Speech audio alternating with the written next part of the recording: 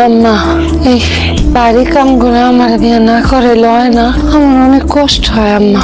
কামগুলোর দিকে যদি একটা কামলা রাখতেন।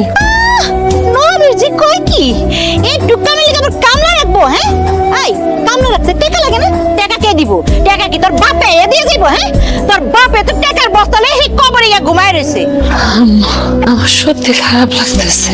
হোক কষ্ট নবাবের জি কাম সুত্তামি করতে হইব না। লাকড়ি নিয়ে নিয়ে উড়ানের কিনারে থুয়ে যেইটা কইলাম হিরা কর। কামলা রাহুল যাইব না, কামলা রাখতে টাকা লাগে। হ্যালো রুহুল বাবা, কেমন আছো?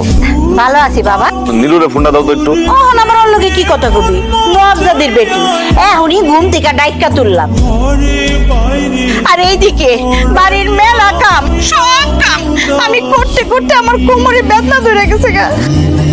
আইসা নে তাড়াতাড়ি কথা শেষ কর। নেও কথা কও, কথা কইরা কামে যাও। হ্যালো, আসসালামু আলাইকুম। নীলু, আল্লাহর দোয়া লাগে, সত্যি করে একটা কথা কত, তুমি কি আসলে প্রেগনেন্ট? তাহলে বাচ্চা কেমনে কি?